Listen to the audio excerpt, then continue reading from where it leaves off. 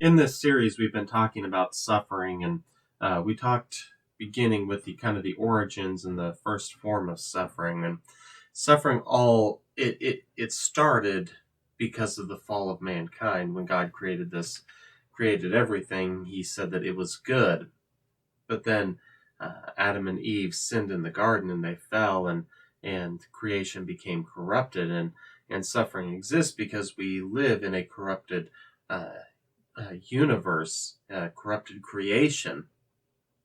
And we know that there are four different types of suffering, and we've been kind of working our way through and looking at each of those. But the first type of suffering is the simple fact that we live in, and it comes from the fact that we live in an imperfect environment, an imperfect universe. You get sick sometimes. Sometimes you pick up the flu because it's flu season. It's not because of anything anyone's done. It's just the nature of things. Sometimes storms happen. Sometimes earthquakes happen. It's not one person's fault over another. It's just the nature of reality. And it's not a very emotionally satisfying answer. It's just a real answer. We live in an imperfect world. And so bad things happen because of that. The second form of suffering we noted is self-inflicted suffering. The fact that each of us sometimes takes actions that hurt ourselves, and this can be seen in the fact of the law of sowing and reaping, or it can be seen in terms of us having bad behaviors, bad character traits that God tries to work and to purge out of us. That one can be frustrating because it's self-inflicted. And as we noted, we've all done those things where we look at it and we come out of it and we say, well, that was stupid of me. Why did I do that? And so it is a frustrating. So the first form of suffering, that can be very, very, very emotionally unsatisfying. The second one can be very frustrating. The third one that we're going to be talking about today is infuriating. And it comes based upon that oftentimes comes with this question: why does God allow people to do bad things?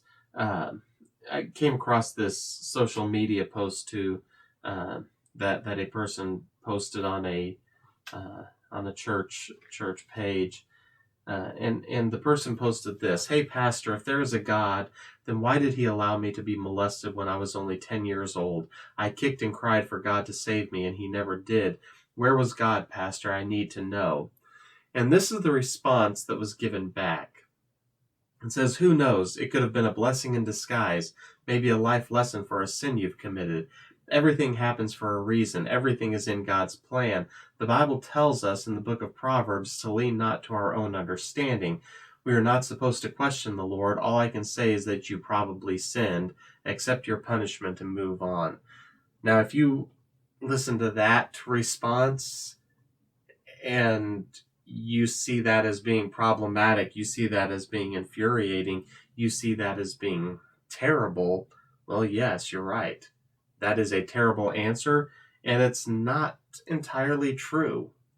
You see, suffering can occur because of the actions of others, and it can happen either because of an accident, they didn't intend it to hurt us, or it can happen by intention.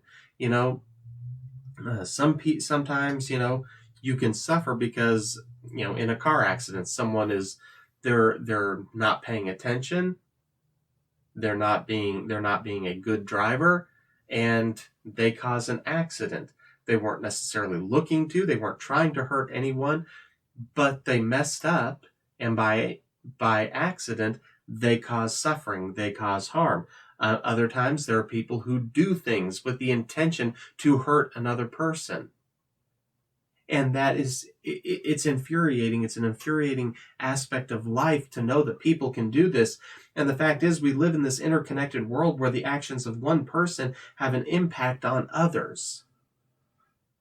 And that's just the simple reality. What I do and the actions I take, the behaviors I engage in, it affects other people. And it's the same with you. We don't live in an isolated bubble. And the simple fact is we were created with free will. Each of us has a free will. And the truth is we like that when it works in our benefit. We like having a free will when it's working to our benefit, when we are expressing our free will, when we are doing what we want to do, when we can choose to engage in behavior that we want to engage in. We like free will, but when someone else does it, and someone does something that we don't like, then we hate it. And then it comes down, oh God, it's your fault. Because this person used their free will and it negatively impacted me. Now, I can use my free will and it negatively impacts other people, and I'm sorry, that was an accident. I didn't mean it. But when someone uses their free will and it negatively impacts me, then suddenly we hate it. And so this third form of suffering, the suffering that comes from the actions of others, or this injustice as we like to look at it, it takes three different forms, and we're going to look at each of those forms. And the first actually falls in line with one of them with one of the aspects we talked about last week, which was the law of sowing and reaping. And we noted, you may recall, that that the law of sowing and reaping, what it means is you get what you sow, but you always get more than what you sowed, and it always lasts longer than what you sowed. And so the law of sowing and reaping, it will impact beyond just the individual who makes the decision. In other words, your actions and what you reap from what you sow, what comes about from what you sow, it doesn't just impact you. It impacts other people as well. It can negatively impact any number of people. The failures of a parent can negatively impact children. One of the most common things that you'll see with parents who have substance abuse problems is their children will have substance abuse problems. It's just it's a terrible, terrible cycle, but it's a reality. The law of sowing and reaping impacts beyond ourselves. One of the great illustrations of that is actually found in the book of Genesis, chapter 37. And this deals with Jacob, or also as he's known as Israel. That was the name that God gave him. And in verse number 3 of Genesis 37, it says this: Now Israel loved Joseph more than his other sons, because Joseph was born to him in old age, and he made a robe of many colors for him. And when his brothers saw that their father loved him more than all of his brothers, they hated him and could not bring themselves to speak peaceably to him. So in this story, basically what you have is you have Jacob, you have Israel. And Israel, if you remember the story, he has 12 sons. He has 10 sons from his first wife, which is he got tricked into marrying her.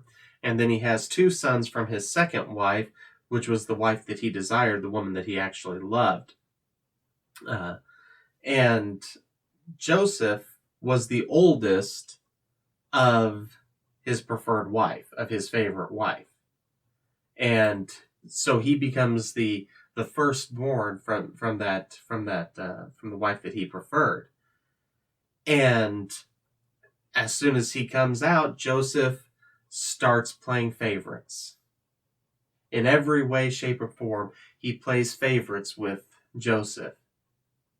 And he doesn't even try to hide it. It's blatantly obvious. The other 10 older sons, they all see this. They all know it.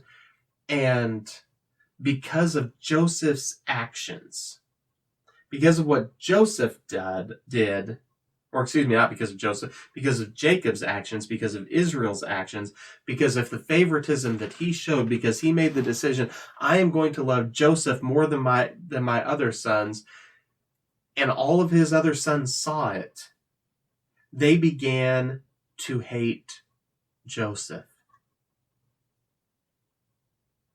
It wasn't necessarily anything that Joseph had done. It was what Jacob had done. It was how Jacob had chosen to live. It was how Jacob had chosen to behave in front of his other sons. And so he goes in, he showers Joseph with these nice gifts, the robe of many colors. That is the indication of a high valued gift. And what you see is this favoritism. It creates within the other brothers, it creates an animosity. And there were other things that got tied into it as well. But it all started, that animosity all started with Jacob's decision. And so when you're dealing with this aspect that sometimes suffering happens because the actions of other people, that another person can suffer because of what I do. And I may not intend to hurt anyone. There's no indication Jacob was trying to hurt anyone. But because someone can be injured because of what I do, we need to think beyond ourselves and challenge the bad decisions of those connected to us.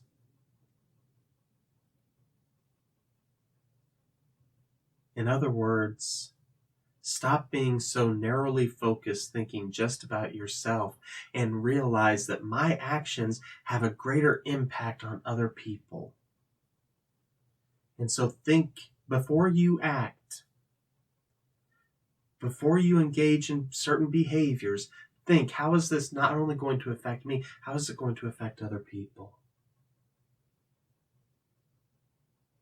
And when someone else is making bad decisions around you, challenge them. I don't mean be a jerk and yell at them and get in their face and say that they're being stupid. What I mean is confront them and say, hey, how was this choice? How is this lifestyle choice? How are these behaviors? How are they going to impact other people? Don't just sit on the sidelines. The second way that this type of suffering can come into effect in our lives is from evil that is directed against us. Suffering can come because someone is directing it towards us. Someone is doing it intentionally. The law of sowing and reaping, that can be very accidental. But sometimes it's intentional. Sometimes what a person does is very intentional. And again, we continue to see this in the life of Joseph. In verse 18 of Genesis 37, it says, and they, that's his brothers, saw him at a distance. These are Joseph's brothers seeing Joseph at a distance. And it says that they saw him at a distance, and before he had reached them, they plotted to kill him, and they said to one another, here comes that dreamer. Come on, let's kill him and throw him into one of the pits. We can say that a vicious animal ate him, then we'll see what becomes of his dreams. And when Reuben heard this, he tried to save him from them. He said, let's not take his life. And Reuben also said to them, don't shed blood. Throw him into the pits in the wilderness, but don't lay hands on him, intending to rescue him from their hands and return him to their father. When Joseph came to his brothers, they stripped off his robe and the robe of many colors that he had on. Then they took him and threw him into the pit, and the pit was empty. There was no water in it. Then they sat down to eat a meal, and they looked up, and there was a caravan of Ishmaelites coming from Gilead, and their camels were carrying aromatic gum and balsam and resin going down to Egypt. Then Joseph said to his brothers, what do we gain if we kill our brother and cover up his blood? Come, let's sell him to the Ishmaelites and not lay a hand on him, for he is our brother, our own flesh. And they agreed. And when the Midianite traders passed by, the brothers pulled Joseph out of the pit and sold him for 20 pieces of silver to the Ishmaelites, who took Joseph to Egypt. So the ill will that had started from the actions and the behavior and the of Jacob, it reaches a point through a number of other aspects to where the brothers, they absolutely hate Joseph. And so they are going to direct actions to get rid of Joseph, to harm him, to bring him to harm. And so they take Joseph, and initially the plan was was that they were going to kill him, but Reuben steps in and tries to stop that. And so they decide, you know what? Better than killing him, here comes a caravan down the road. Why don't we sell him to that caravan? And that way we both get rid of Joseph and we make a little bit of money as well. And so that's what they do. It was intentional. It was directed towards them, or towards Joseph. And we've all faced these times in our life where someone does something and it is directed towards us. It is intentional. They're trying to hurt us. Now, maybe they're angry. Maybe they're not. Maybe they're just a mean person. But we've all been hurt by someone who has intentionally taken actions against us to hurt us. So what do we do about it? How do we overcome that? Well, this is overcome by making the decision to forgive and to do good. And if you want the ultimate picture of this, look at Jesus Christ. As he hung upon Calvary's cross, it says in Luke 23, verses 33 and 34, it says, when they arrived at the place called the Skull, they crucified him there, along with the criminals, one on the right and one on the left. Then Jesus said, Father, forgive them, because they do not know what they are doing. And they divided his clothes and cast lots. So Jesus was the victim, if you will, of this plot. The Sanhedrin, the religious leaders, the priests, the Pharisees, they hated Jesus, and they arranged to have Jesus crucified. They had they hired people to bear false witness against Jesus in his trials. They manipulated and pulled all sorts of political maneuvers to take down Jesus. And even as he was literally being killed, being executed, being crucified, his prayer is that they would be forgiven. Because Jesus chose to meet their anger and their hostility and their evil actions. He chose instead to meet it with righteousness, with love, with mercy, and with grace. You want to deal with a person who is treating you in an evil way, who has done harm to you? The answer is not to get your revenge. The answer is to love them and to do good and to forgive.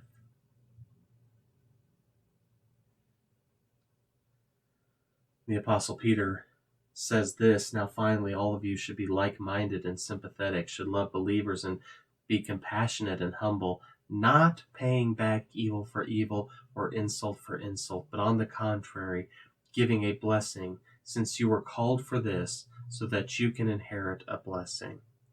What Peter is saying is, in response to those who do evil towards you, you bless. Because this is what you are called to. You're not called to take vengeance. You're not called to get revenge. You're not called to treat people the way they treat you. If you know Jesus Christ as your Lord and Savior, you are called to treat people like Jesus treated people. If there is a penalty to be paid, if there is a punishment that needs to be dealt with, you leave it up to God. You don't take the actions into your own hands. You do the opposite. You forgive. And why this is so important is because it can literally change a person's life. It can have a great positive impact in a person, and see them, after all the evil that they've done, to be forgiven, and then in turn go and do good. The third way that this type of suffering occurs among believers is in the form of persecution. Again, in 1 Peter 3, verses 13 through 17, the apostle writes, "And who will harm you if you are deeply committed to do what's good? But even if you should suffer for righteousness, you are blessed. Do not fear what they fear, or be disturbed, but honor the Messiah as Lord in your hearts. Always be ready to give a defense to anyone who asks you for the reason for the hope that is in you. However, do this with gentleness and respect, keeping your conscience clear, so that when you are accused, those who denounce your Christian life will be put to shame. For it is better to suffer for doing good, if that should be God's will, than for doing evil." So Peter says, if you're facing persecution, and in the United States, we have not seen a massive amount of persecution. We've seen some inklings of increased push against Christianity. In other places around the world, there's, in some places, being a Christian can get you killed. In Canada, they've arrested 2 or 3 different pastors now for the crime of having church. So we are seeing a global increase in persecution targeting Christians. But even if it's mild form of persecution, here's what the Apostle Peter says you should do. He says this is what you can do about persecution.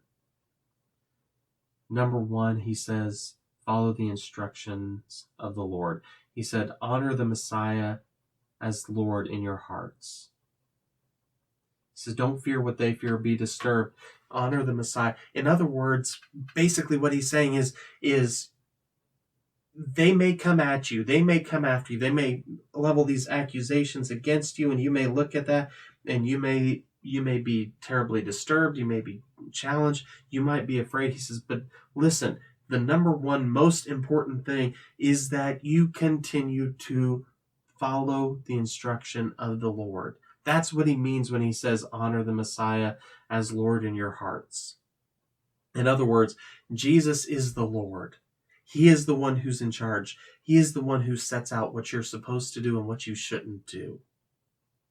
And to honor him means that you respect that authority and you live in obedience to it. So regardless of what anyone does, Peter says the first thing you need to do is honor the Lord in your heart. Follow his instructions. Secondly, he says, be able to explain why you're different. He continued on, always be ready to give a defense to anyone who asks you for a reason for the hope that is in you. In other words, the defense, the way you're acting, the way you're behaving, the reason why when these people come after you and they level false charges against you, they call you a fool, an idiot, whatever. Have a defense.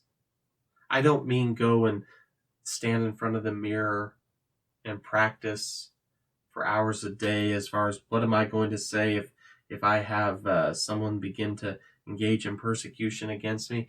No.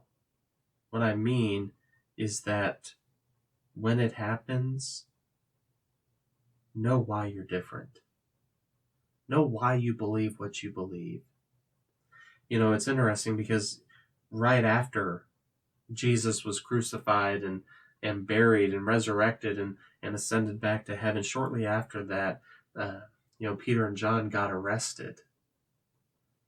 And when they were brought before the exact same people who had arranged for the killing of Jesus, and they asked them, by whose authority do you do this? And Peter said, he explained to them, he said, we do this by the authority of Jesus, whom you crucified, but God resurrected. And they said, all we're doing is we're going out and we're telling people what we've seen and what we've heard. That was their defense. not complicated, not deeply theological. They said, hey, we've hung around Jesus. We're telling people what Jesus said, and we're telling people what we witnessed him do, including the fact of coming back to life. And so you can tell us one thing, but it doesn't matter. We're going with a guy who came back to life. Be able to explain the difference. Be able to explain why you believe what you believe. And number 3, treat everyone with kindness and respect. Again, Peter said, however, do this with gentleness and respect, keeping your conscience clear, so that when you are accused, those who denounce your Christian life will be put to shame. In other words, you don't stoop to their level. You treat people with kindness, even when people are not kind. You treat people with respect, even when they are not respectful or respectable.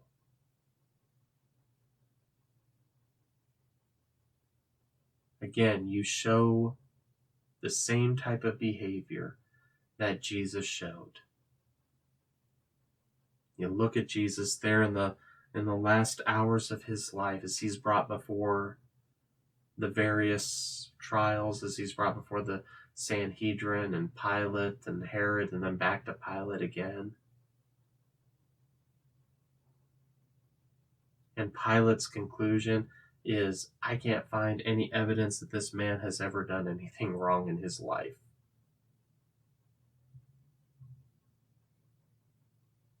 Treat them with love, treat them with respect, treat them with kindness, even when they don't deserve it. You don't overcome evil with evil. You don't overcome those who do bad things by treating them the same way they treated you. You overcome it by doing good. That doesn't mean that they'll stop. That doesn't mean that you'll change their minds. But as Peter said, it's better to suffer for doing good, that it should be God's will, than for doing evil. Peter says it's better in the end, if you suffer for anything, suffer for doing what's good, doing what's right, rather than suffering for doing what's wrong.